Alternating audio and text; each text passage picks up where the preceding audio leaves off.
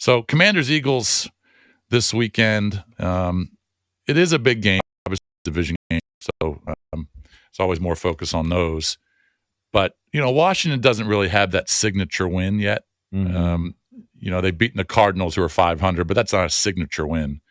I really like the win over the Bengals. The Bengals is a good win, but the Bengals' defense has been so bad this year.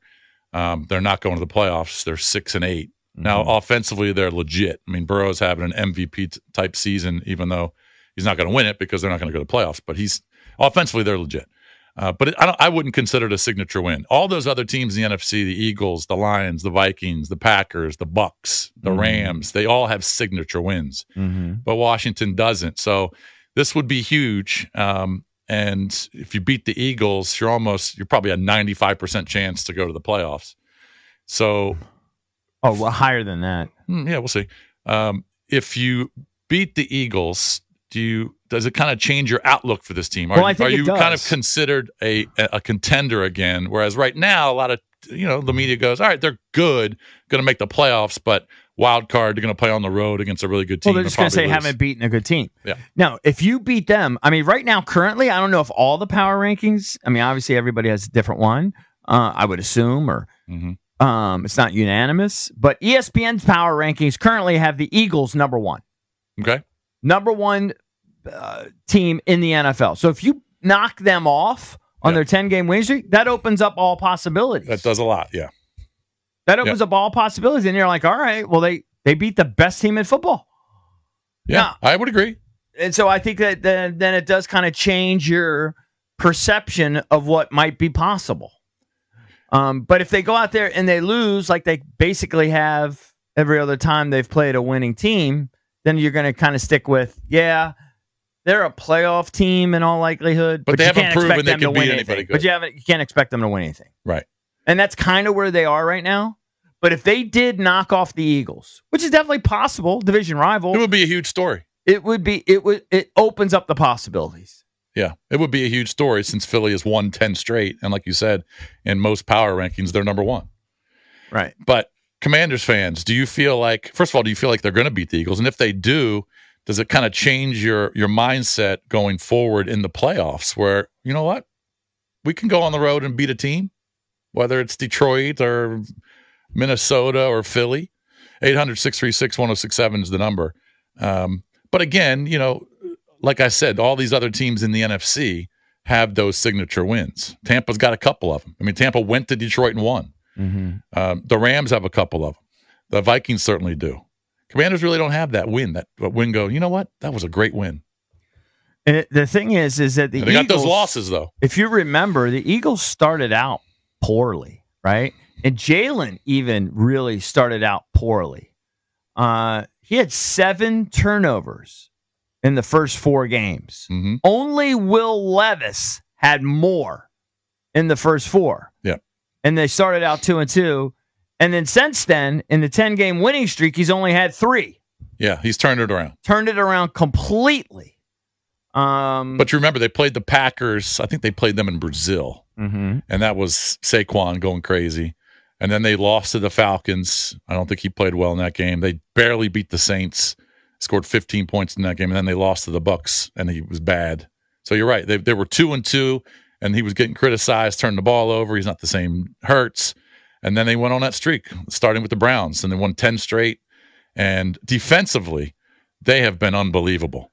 This is what they've done defensively in the 10-game win streak. They've allowed 16, 3, 17, 23, 6, 18, 20, 19, 16, and 13. They just don't allow points. Mm-hmm. So it takes the pressure off their offense because if the offense goes out and scores 24 points, well, they're going to win based on how their defense is played. They've only given up like more than 20 points like 3 times. Yeah, the defense something crazy. Yeah. Let me see. The Packers in week 1 scored 29. The Falcons, who look like a shadow themselves, they scored 22 in week 2. That's when they were struggling, when Jalen was turning the ball over. Mm-hmm. And then the Jags scored 23 in a loss to them. Yep. Kind of in the middle of the season.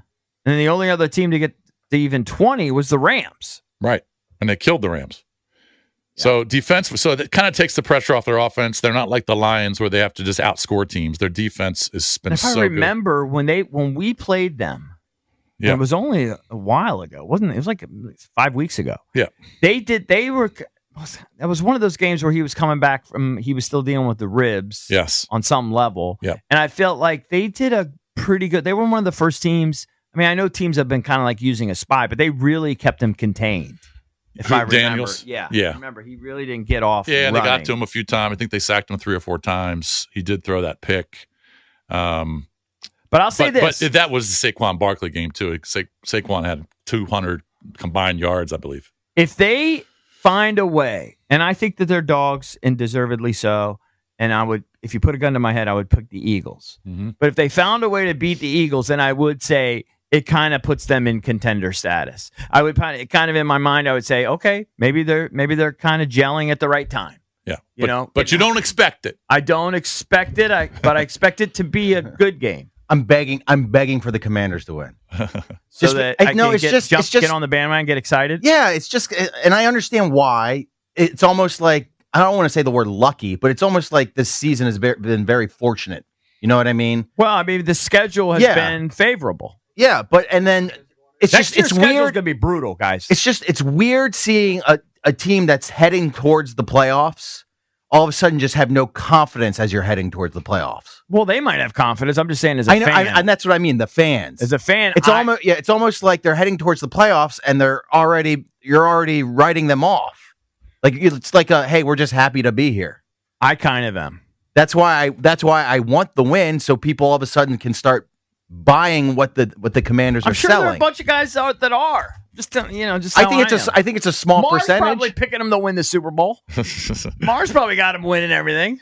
I mean, the NFC looks pretty wide open right now. I mean, all it takes is just get into the dance, and then once we get to the dance, I think there's more people like you, Eric, than like Mar. Than like Mar. I think Jeff's probably like you. I think there's a lot of people that are just happy to get there. Yeah. And if you beat the Eagles, I think all of a sudden those expectations can change. We beat the Eagles, and I will say, hey, yeah, we proved that we can beat change. the best team in football. They should change. Yeah. Well, based on what happened last year, I mean, that's why Commanders fans are just happy to be. If the roles were reversed and it was the Ravens and they hadn't beaten a winning team all year, you would go. I know, but I would flip. As soon as the playoff starts, I flip the switch. I'm ready to go. I'm in the dance. No, I'd be ready to go, but my expectations would be low. That's all. All right, let's touch. All right, 800-636-1067. Will your expectations change if they beat the Eagles? Let's go to Gary in Upper Marlboro. Gary, what's up, buddy? You're on with the Junkies. Good morning, Junks. Hey, look, I think they have a chance to beat Philadelphia because, of course, I think Philadelphia is a team. It's hard to win 11 straight, and I'm thinking that the coach probably wants them to lose a game because, I mean, what would that be, 14, 15, 16 straight games to win a Super Bowl? I think Washington has a chance because they have played Philly tough over the years, and it's a division game. But it would not change my expectations as far as the playoffs. I don't think they're a contending team. I mean, this is a team that just almost lost to New Orleans with a third-string quarterback and all those players out, and they haven't beaten a team with a winning record. I just think that we need to manage our expectations. And if they do beat Philly, it could be a springboard for them next year. I think they get to the playoffs. But if you remember way back when we were undefeated in the 91 season, there was a young Cowboys team that came in RFK, and they beat us.